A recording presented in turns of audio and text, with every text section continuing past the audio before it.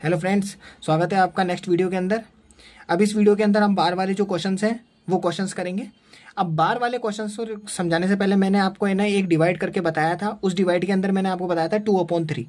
उस 2/3 का मैंने जब डिवाइड दिया था तो उसका आंसर आया था 0.66666 और वो अनंत तक चल रहा था। ठीक है, तो वो अनंत तक जा रहा था। तो फिर मैंने उसको क्या किया था, अनंत तक खत्म करने के लिए मैंने क्या लगा दिया था, एक बार का सिंबल लगाया था। बार का सिंबल कुछ ऐसा था, वो क्वेश्चन कुछ ऐसा था 0.66666 और ये अनंत तक जा रहा था। तो मैंने उसको क्या किया था कि 6666 को बार बार रिपीट ना करके मैंने क्या करा था, 0.6 लिखा और उसके ऊपर एक बार लगा दिया था। उसी टाइप के क्वेश्चन को हमको यहाँ पे सॉल्व करना है, क्योंकि ऑलरेडी ये 12वें क्वेश्चन दे रखा है। अब इसको अपन को डेसिमल में बनाना है। या तो हम इसको डेसिमल में बनाएंगे या फिर इसको भिन्न संख्या में बनाएंगे। मैंने बताया था भिन्न संख्या वह संख्या होती है जिसको अपन अंश बटा हर के रूप में, या फिर इंग्लिश में बोलूँ तो न्यूमिनेटर अपॉन डिनोमिनेटर के रूप में लिखते हैं। ठीक है, और इसको परिभाषा के रूप में बोलूँ तो P बटा Q के रूप में लिखते हैं। वो चीज़ आगे से आगे अपन को पता चलती जाएगी। अब जैसे ही क्वेश्चन है 0.23 के ऊपर बार है, 23 के ऊपर बार है ना कि 0 के ऊपर बार है। यही चीज अपन को नोटिस करनी है, किसके ऊपर बार है किसके ऊपर नहीं है। प्लस 0.27 के ऊपर फिर से बार है। ठीक है, तो देखो यहाँ पे 23 पे बार है, यहाँ पे 27 पे बार है। तो इसका मतलब यह हुआ कि 0.23 पे ऊपर बार होने का मतलब है कि ये संख्या जो 23 है ना, ये बार बार रिपीट हो रही है। कैसे? 0.23 फिर 23 फिर 23 और ऐसे ही चलते जा रही है आगे। ऐसे यहाँ पे प्लस की जगह 0.27 तो 0.27 फिर 27 फिर 27 और ये आगे से आगे रिपीट होती जा रही है। ठीक है, लेकिन अपन इसको इस तरीके से सॉल्व नहीं करेंगे कि हाँ यहाँ इसको इसी मेथड से सॉल्व करेंगे। इसके पास में दो मेथड है जो 9th और 10th क्लास के अंदर है ना, एक लॉन्ग मेथड बता रखा है। वो समझना बिल्कुल जरूरी है कि क्योंकि वो आता कैसे है ये भी समझना बिल्कुल जरूरी है। और एक शॉर्टकट मेथड सीधा लगाएंगे अपन। लेकिन पहले मैं थोड़ा सा आपको है ना लॉन्ग मेथड थोड़ा सा मैं समझाने की कोशिश करूंगा। तो लॉन्ग मेथड से है ना ये चीज पर क्लियर हो जाएगी कि आपको है ना कि वो नीचे की तरफ में संख्या कैसे क्या लगाई जा रही है। तो देखो क्वेश्चन है 0.23 के ऊपर बार है, या फिर आप ऐसे समझ लो 0.23 है। इसको मुझे है ना भिन्न संख्या के रूप में लिखना है। कैसे लिखना है? भिन्न संख्या, भिन्न संख्या यानी इनडायरेक्टली कहूं तो अंश बटा हर के रूप में लिखना है मेरे को। ऐसे इसको शो करना है, ये मेरे को शो करके दिखाना है। तो देखो 0.23 है, मैं इसको सॉल्व कर रहा हूँ, इस वाले को नेगलेक्ट कर रहा हूँ मैं अभी के लिए। ठीक है, मैं इसको सॉल्व करके दिखा रहा हूँ आपको। ठीक है, तो आप देखो 0.23 है, तो अब ये 23 है, इसको अपन लिखेंगे कैसे? तो देखो मैं क्या करूंगा, इस क्वेश्चन को ये जो लिख रखा है 0.23 मैं इसको क्या करूंगा, एक नंबर मान लूंगा। जैसे x मान लिया मैंने, तो जैसे मैंने फॉर एग्जांपल मैंने माना कि x = 0.23 फिर 23 फिर 23, ये मेरे पास में चले जा रहा है आगे। ठीक है, अब मैंने इसको नाम दे दिया इक्वेशन नंबर 1। ठीक है, नेक्स्ट हो गया। उसके बाद में आप जैसे फॉर एग्जांपल मैं आपको बोलूं कि 0.23 लिखा हुआ है। मैंने एक चीज नोटिस करी कि कौन से जो नंबर हैं, जो दो नंबर है वो रिपीट हो रहे हैं, 2 और 3। तो इसका मतलब 2 नंबर है। जितने नंबर होंगे उतने 0 से गुणा करना है। मैं क्या बोलूंगा, 23 था तो 23 2 नंबर है, तो मैं बोलूंगा कि 2 0, तो 2 0 के साथ में 1 लग जाएगा तो यानी 100। तो मैं बोलूंगा कि इक्वेशन 1 यानी समीकरण जो ये 1 है ना, उसको मैं 100 से गुणा करूंगा दोनों तरफ। यानी मैं लिख देता हूं समीकरण 1 को दोनों तरफ 100 से गुणा करने पर। अब 100 से गुणा करेंगे दोनों तरफ तो कैसे करेंगे, 100 को गुणा कर देंगे x, यानी इधर की तरफ भी, इधर बराबर के इधर जाएंगे तो सिर्फ 100 को गुणा करेंगे इधर की तरफ भी। ये कर दिया अपन ने। ठीक है, जैसे ही अपन ये चीज कर लेंगे तो करने के बाद में अपन क्या करेंगे, इसको सॉल्व करेंगे। इसको सॉल्व करूंगा तो देखो ये हो जाएगा अपने पास में 100x। अब 100 को मैं इससे गुणा कर रहा हूं और ये देखो dot dot dot dot dot dot आगे चल रहा है। तो एक चीज नोटिस करने वाली बात है, एक बेसिक सी बात बोलूं मैं, अगर पॉइंट हटाऊंगा तो पॉइंट हटाने के बाद में बहुत सारे नंबर है जो बहुत सारे जीरो नीचे लगते जाएंगे। तो अब यहाँ पे एक चीज मैं आपको बता रहा हूँ, कभी भी किसी 100 10 लाख हजार किसी से भी गुणा करो, जितने जीरो होंगे ना उतनी संख्या पॉइंट से पहले आगे खसक जाती है। कैसे खसकेगी, ये पॉइंट के बाद में 2 नंबर है तो 2 जीरो ही दे रहे हैं, तो 2 जीरो से पहले 2 संख्या पहले आगे खसक जाएगी। तो इसका मतलब 23 पॉइंट फिर 23 फिर 23 फिर 23 और अब ये चलता जाएगा। ये हो गया।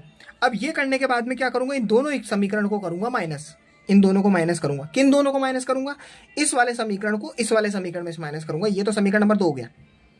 तो अब मैं लिख रहा हूं समीकरण 2 में समीकरण 1 को माइनस करने पर, 1 को घटाने पर ठीक है, माइनस कैसे करेंगे, देखो यहाँ पे लिखूंगा मैं अपने पास में कि 100x इजिकल टू 23.23 और 23 और ये आगे चलता जा रहा है। ऐसे अब मैं माइनस करूंगा x को और बराबर में जैसे x लिखा हुआ, एक बात और है, ये लिखा हुआ है चर संख्या, और मैंने आपको बताया था चर संख्या हमेशा बदलती हुई होती है। चर संख्या के आगे कोई संख्या नहीं दे रखी है तो अपने मन से एक मान सकते हैं और वो संख्या मानेंगे एक, तो अपन इसको 1x भी लिख सकते हैं। ठीक है, अगला उसके बाद में 0.23 और ये आगे चल ही रहा है। अब माइनस करते हैं, घटाना है। मैं बोलूँ 100 रुपये में से 1 रुपये जाएंगे तो कितने बचेंगे, 99 रुपये, तो 99x बच गया बराबर। अब मैं आपको कहूँ पॉइंट के इधर इधर दोनों तरफ 23 लिखा हुआ वो अनंत तक है, 23 लिखा है अनंत तक है, तो ये अनंत वाली चीज अनंत से कट जाएगी, तो अनंत वाली चीज अनंत से कट गई। बचेगा क्या यहाँ पे, यहाँ पे बचेगा सिर्फ 0 और यहाँ बचेगा 23, तो 23 में से 0 माइनस होंगे तो ऑब्वियसली बात है 23 ही बचने। ठीक है, तो अब यहाँ पे मेरे पास में एक समीकरण बन गई है, क्या बन गई, 99x उसके बाद में बराबर में 23। अब इसका आंसर क्या होगा, तो x का मान निकालना है। ये चीज अपन ने 5th क्लास से 6th क्लास के अंदर पढ़ना शुरू करी थी।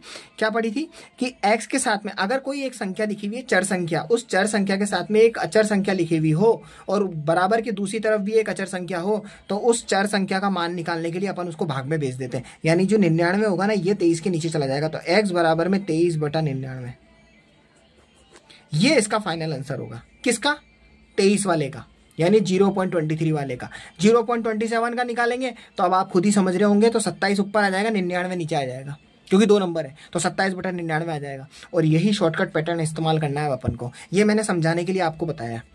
ये लॉन्ग मेथड मैंने एक बार बता दिया है। अब इस मेथड का कंपटीशन लाइन के अंदर कोई मतलब नहीं है, ये सिर्फ 9th और 10th क्लास के अंदर सीखने तक में ही आता है। कंपटीशन के अंदर सीधा सॉल्व करना होता है क्वेश्चंस को। ठीक है, इस क्वेश्चन को मैं वापस से रिपीट भी करा दूंगा, क्योंकि मैंने इस क्वेश्चन को मैंने यहीं पे कर दिया ना, तो ये क्वेश्चन पूरा हुआ नहीं है। इसका आंसर क्या आएगा क्या नहीं आएगा वो तो अपन बताएंगे। तो अपन एक काम करते हैं, मैं इस वाले क्वेश्चन को है ना पहले सॉल्व करा देता हूँ, फिर इस वाले क्वेश्चन को वापस से रिपीट करा दूंगा। अब जैसे अगला क्वेश्चन है, अगला क्वेश्चन को आप देखो, जैसे यहाँ पे दे रखा 0.18। अब 0.018 है और देखो बार कितने के ऊपर है, 0 के ऊपर भी है, 1 के ऊपर भी है, 8 के ऊपर भी है। इसका मतलब इस तीनों के ऊपर है बार। अब तीनों के ऊपर बार है, इसका मतलब कुछ ऐसे है 0.018, फिर वापस से 0.18, फिर 0.18, 0.18 और ये अनंत तक चल रहा है। ये ऐसे लिखा हुआ है। अब अपन को क्वेश्चन को सॉल्व करना है। तीनों के ऊपर बार है, तो तीनों के ऊपर बार के लिए अपने पास में टोटल नंबर कितने हैं, 3। तीनों के ऊपर बार लगा हुआ है, तो ध्यान रखना है अपने पास में 0.018 लिखा हुआ है और उसके ऊपर अगर बार है तो 1 2 3 तीनों पे बार है, तो 9 आएंगे 3 बार। तो सीधी सी बात है, इक्वल टू लगाओ, भाग का चिन्ह लगाओ और 3 बार 9 लिख दो, 9 9 9। शर्त सुन लेना, पॉइंट के बाद में 0.18 जो लिखा हुआ था वो तीनों पे बार था। ऐसी कोई संख्या नहीं लिखी थी जिसके ऊपर बार नहीं है, तो तीनों 9 9 9 आ जाएगा। अब उसके ऊपर संख्या क्या है, ऊपर की तरफ में संख्या है 18। अब 18 और उसके पहले लिखा है 0, तो अब 0 जो दे रखा है उस 0 को मैंने बताया था आगे की तरफ जब लिखते हैं तो उसका कोई वैल्यू नहीं होता, तो अपने पास में 18 ही बच रहा है। तो इसका मतलब ऊपर की तरफ में 0.18 लिखो या फिर सीधा 18 लिख दो। 18/999 तो लिख दिया, लेकिन अगर ये चीज कट रही है तो काट लो, कोई किसी टेबल में कट रहा है। जैसे फॉर एग्जांपल ये दोनों के दोनों है ना, मेरे को दिख रहे हैं 9 के पाड़े के अंदर कट रहे हैं। 9 के पाड़े के अंदर 18 कट रहा है 2 बार, और 9 के पाड़े में 999, तो 9 9 9 यानी 1 1 1, यानी 1 1 1 बार कट गया। ठीक है ना, 9 के पाड़े के अंदर एक बार कट रहा है। ठीक है, और ये 9 के पाड़े के अंदर 2 बार कट गया, 9 के पाड़े के अंदर ये 1 1 1 बार में कट गया। ठीक है, तो अब ये जो इसका फाइनल जो आंसर आएगा ना, वो अपने पास में कितना आएगा, 2/111 आ जाएगा इसका आंसर। ठीक है, ये वाला ये क्वेश्चन सॉल्व हो गया। ऐसे और भी कई नंबर आएंगे जिसके अंदर क्या चीज करनी होगी क्या नहीं करनी होगी वो धीरे धीरे पता लगता जाएगा। ठीक है ना, और अब नेक्स्ट वीडियो के अंदर है ना मैं और भी क्वेश्चंस होंगे, जो बार वाले क्वेश्चंस होंगे ना वो मैं बताऊंगा।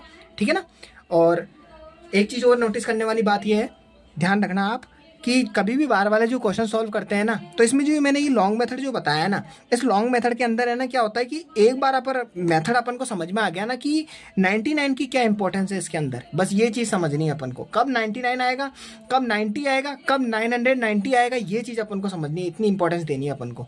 और कुछ भी नहीं समझना है, ठीक है। बाकी मैंने आपको बता ही दिया है कि 18 लिखा है और 999 लिखा है, ये कैसे कटेंगे, काटना। एक चीज नोटिस, एक बात और मैं बता दूं आपको, वापस से रिपीट कर रहा हूं, कभी भी कोई अपॉन के अंदर कोई संख्या लिखी हुई होती है तो उसको क्या होता है कि अगर वो कट रहा है तो उसको काटो, नहीं कट रहा है तो नहीं काटना है उसको, ठीक है ना।